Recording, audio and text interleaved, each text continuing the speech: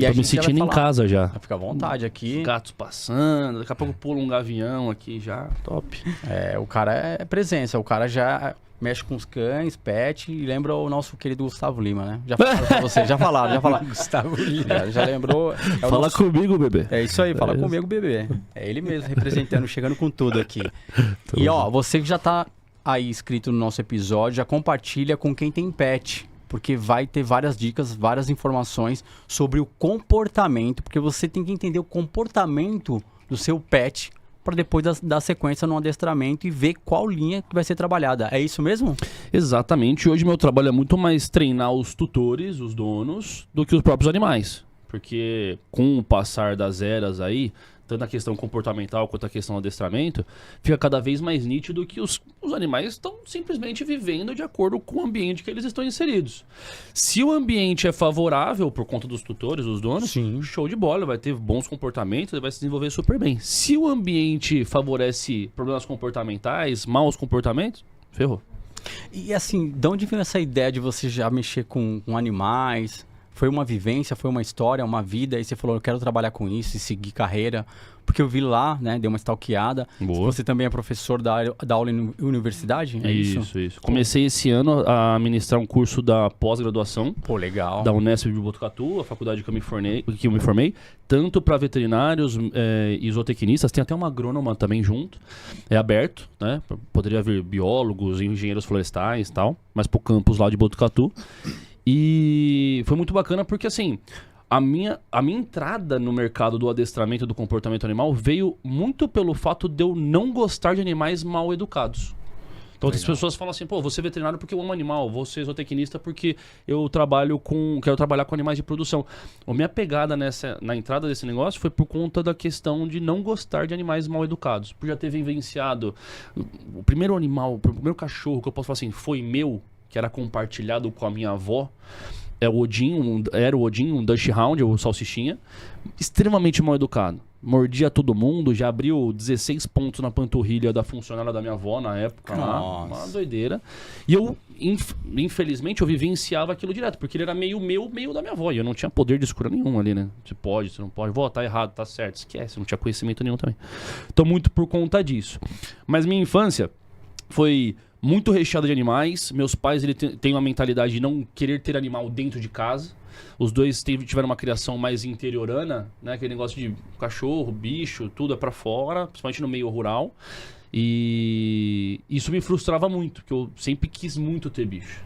Então minha trajetória começou com ter animais escondidos dentro de casa.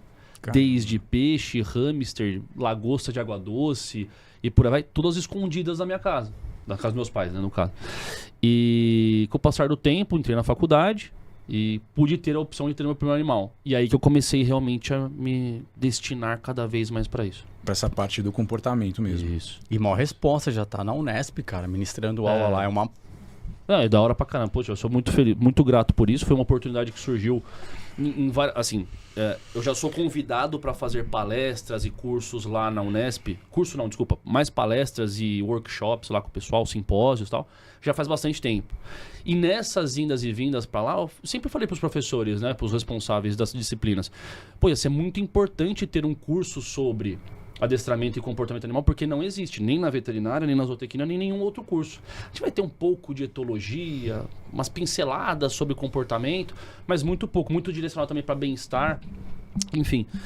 E eu sempre falava, e esse ano surgiu a oportunidade. Na verdade, ano passado surgiu a oportunidade para gente começar esse ano. Então, pô, felizaço. Pô, que da hora, mano. Muito louco. O Lucão vai ter várias perguntas aqui, porque ele tá com uma filhotinha Na nossa apresentação aí, ela subiu aqui na mesa, causou já. Rodeando aí. Não, super bem educado. Daqui a pouco ela aparece aí. Eu já vou pra primeira, porque assim, eu só tive cachorro. Uhum. E qual é o mais fácil de você entender o comportamento? Eu não vou falar nem de adestramento. O cão ou o gato? Tá. Depende de várias coisas. A variável principal, a espécie em si. Se eu for contar uma breve história, o cachorro, do momento que ele começou o processo de domesticação com a gente, foi uma conexão tão forte e o match foi tão bom que a gente nunca mais desgrudou. E rolou essa interação que a gente tem até hoje. Uma subserviência entre o cão para o humano e uma troca muito importante também para o humano de ter um animal ali, um cachorro, protegendo as aldeias e tudo mais. Então isso foi muito importante. Com o gato foi totalmente diferente. O início da domesticação dos gatos, eles eram idolatrados como deuses. Depois passaram de deuses para praga. Sim. Idade Média foi devastador para os gatos, então eles eram pragas. Depois eles viraram os combatentes das pragas, então caçavam os ratos que traziam peste bubônica e por aí vai. Depois voltaram a ser idolatrados, depois voltaram a ser inimigos porque eles eram muito associados com feitiçaria, bruxaria. É verdade. Então era queimado todo mundo junto. Era real. Gato preto até hoje tem um estigma com gato Isso, preto. isso. É bem isso mesmo, né? Exato. E aí depois voltaram hoje, no século atual, na idade atual, a ser idolatrados de novo como deuses. Então você vê uma febre muito grande na internet, gatos aí que são realmente tratados como deuses. E é engraçado que às vezes até em certas situações supera a relação entre cachorro e humano, né? Então, só de começar daí, a forma com que foi a união dos dois é muito disparelha. O cachorro, 40 mil anos atrás, juntou, não desjuntou mais. O gato, há 20 mil anos atrás, 18, tem gente que fala 16 e tal, mil anos atrás, juntou e disjuntou várias vezes. Então é normal que os gatos olhem pra gente hoje com um certo receio, tipo, ixi, qual que é o comportamento que eu espero desse humano aí também? Será que ele vai me amar? Será que ele vai querer me caçar? E vice-versa, porque a gente ainda tem um cultural de tratar gato como gato, cachorro como cachorro, e a gente traz o cachorro cada vez mais para perto da nossa vida e deixa o gato um pouco mais afastado, na maioria dos lares. Se você começar a tratar gato de uma forma mais próxima, assim como nós fazemos com os cães, não é tratar gato como cão, tá, pessoal? É tratar gato com uma proximidade maior, eles vão se desempenhar da mesma forma com que o cachorro se desempenha com a gente. Vai querer passear, vai aprender comandos, vai aprender limites e por aí vai. Cara, interessante. Tá sentindo isso aí, Lucão? Então, vou dar o meu relato aqui, porque assim, eu fui criado numa família onde, primeiro assim, meu pai ele cresceu numa fazenda, assim, então bicho pra ele tinha que ficar do lado de fora. Aí depois eu queria cachorro. Desde criança eu adorava bicho, então eu tinha calopsita, peixe, hamster... Conheço bem. Eu também tartaruga, tudo de uma vez, porquinho da Índia e tal, só que enchi o saco, quero cachorro. Gato a gente nunca teve em casa, porque meu pai, sua irmã tem alergia, não sei o que, ela tinha umas alergias, mas não tinha muito, assim, nunca fez nenhum teste, mas acho que vem mais desse estigma, né? Também, pode ser. E aí, eu cresci com essa coisa, tive cachorros, nunca tive gato, mas eu cresci muito com essa coisa, não, cachorro ele é amigo, o gato ele é meio... sorrateiro. Não tá nem aí pra você, faz o que quer, não sei o quê. E aí a minha noiva Nath, ela, não, quero um gato, e eu vou ter um gato e vou andar com a coleira, não sei o que. Eu falei, mano, isso aí não vai dar certo nunca. E aí eu só fui errando, assim. Só fui, tipo, tomando, porque assim...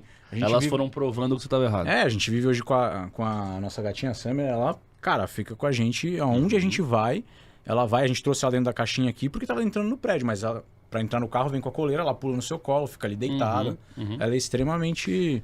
Exatamente, vocês estão trazendo ela para perto. A maioria dos donos de gato, tutores de gato, acabam deixando eles muito mais em casa. Vai viajar, vai ficar um final de semana longe, deixa um pouquinho mais de ração, um pouquinho mais de água, tá tudo bem. Coisas que a gente já não faz com os cães há muito tempo. Cachorro sempre teve a cultura de trazer ele mais para perto. Hoje, com o mundo cada vez mais pet friendly, vai para restaurante, vai pro hotel, entra no avião, faz tudo.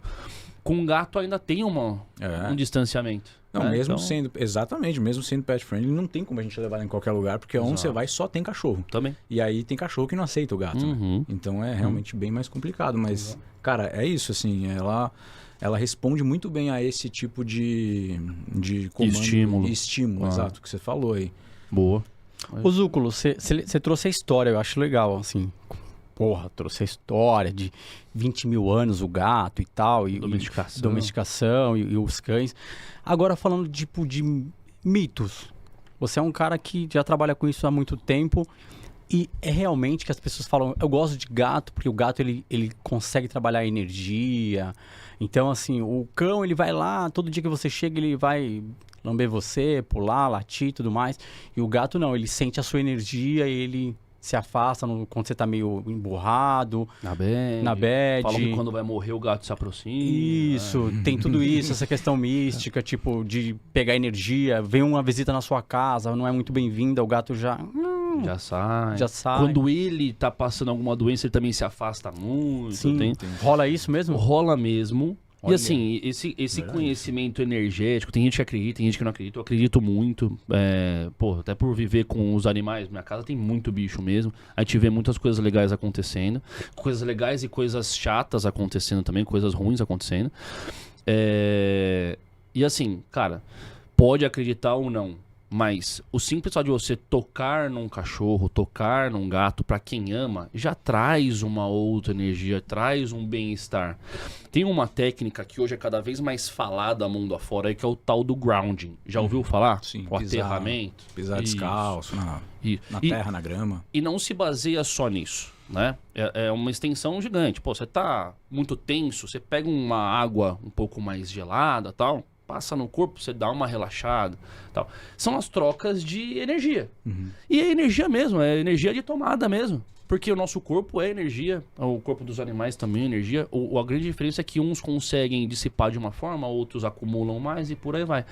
Você pensa uma pessoa que hoje vive 7 dias da semana dentro de um apartamento, coloca sapato, vai trabalhar, volta, vai pra academia de sapato, tênis de academia, volta pra casa, sempre bloqueando a dissipação de energia, dando um exemplo, né? A pessoa vai ficando cada vez mais tensa. A tensão dela vai aumentando cada vez mais, porque o nosso organismo está gerando eletroestática aqui dentro sem parar. A hora que você tira seu sapato, às vezes coloca um chinelo, já melhora. A hora que você tira o chinelo, pisa numa grama, puta, aí você vai aterrar a sua energia, o seu corpo vai dar uma relaxada. O que acontece quando você encosta num cachorro, por exemplo, ou num gato? Tô falando na parte científica, tá? Não na parte espiritual. Se ele está em contato com o chão, se eu encosto nele, aterrou também. Então eu já sinto um alívio muito grande. Sim. Cachorro, mesma coisa. Se eu fizer eu mesmo colocar a mão na terra lá também, vai aterrar e vai relaxar. Indo pra parte espiritual, posso estender um pouquinho? Pode, deve, por favor. Com certeza. Acho que assim, Legal, né? A experiência mais bizarra, assim, mas mais gostosa que eu tive em relação à parte espiritual e animais foi o seguinte: eu vou pra Amazônia com uma certa frequência, fico lá numa aldeia lá nos Tatuios. O Iepassone, que é meu xamã, tal, e vira e mexe a gente consagra ayahuasca. Numa das consagrações, eu tive a experiência de passar por algumas etapas. Eu sentia que eu estava, primeiro, dentro da barriga da minha mãe. Eu era um bebê, eu sentia a placenta, eu tocava na barriga da minha mãe, de dentro para fora, ouvia o som. Doideira, né? Tem quem gosta, tem quem não gosta. Tem gente que vai recriminar. Não, a gente já entrevistou o mestre da ayahuasca aqui. A gente entrevistou um cara da ayahuasca aqui que ele falou tão bem da ayahuasca, quando acabou eu falei, cara, acho que tá errado quem não tá tomando. Consagrando. E eu vou falar um negócio, grandes líderes mundiais aí fazem uso contínuo da ayahuasca. Bom, vocês já tiveram, quem quiser assistir esse episódio aqui, provavelmente vai ser muito legal, tenho que assistir também. Qual o nome dele mesmo? Juliano. Juliano. Não é o dos 7 raios? Juliano, o que a produção vai falar? Então, ele tem um instituto aqui, já consagrou mais de 2.000 vezes, já tá mais de 10 anos nesse... Legal. E ele tem um instituto super sério aqui. Coloca a capa do episódio na tela aí, depois, produção, que aí o pessoal já pega. Já boa. E aí... Juliano Aleva, pronto. Ah, boa. Não conheço ele. Mas uma coisa que é muito bacana que foi assim, então, saída... Eu não senti saindo, foi mudando, assim, foram vários cliques, é como se eu piscasse e mudava. Depois eu passei pelo meu parto, depois eu passei por um ritual de cura e por aí vai. E no final disso tudo, então imagina assim, eu fui passando por algumas etapas, como se eu estivesse nascendo até o momento que tô lá de novo. Eu viro um lobo, começo a correr numa planície, encontro um outro lobo, esse lobo se aparelha de mim, a gente começa a conversar e eu descubro que é minha cachorra. Caramba, mano. Foi nessa pegada, então, tipo, arrepia até de falar. E assim, mas a conversa foi no sentido do quê? Tá tudo bem? Tipo, ela me acolhendo, tá ligado? Tá tudo bem? E foi uma fase que tava meio bagunçada as coisas mesmo, e foi importante até. E aí, poxa, volto pra casa, nossa ligação aumentou esporadicamente. E assim, a Texas, que é a minha cachorra mais velha, ela tem uma ligação comigo bizarra, que eu peguei ela na época que eu estava na faculdade. Uma certa solidão, mesmo morando em república, um monte de gente na república. Era muito eu e ela, então meus amigos ficaram todos pra cá, família tudo pra cá também. Meu irmão fez faculdade comigo lá também, mas 1 ano só. E depois ele já foi seguir o outro rumo, eu continuei na faculdade. E a Texas virou minha parceiraça, então era união, unha e carne ali. E aí isso pra mim foi muito marcante. Aí você pensa assim, poxa, caramba, será que tem alguma conexão espiritual, alguma energia além? Pô, com certeza tem. Então é bizarro.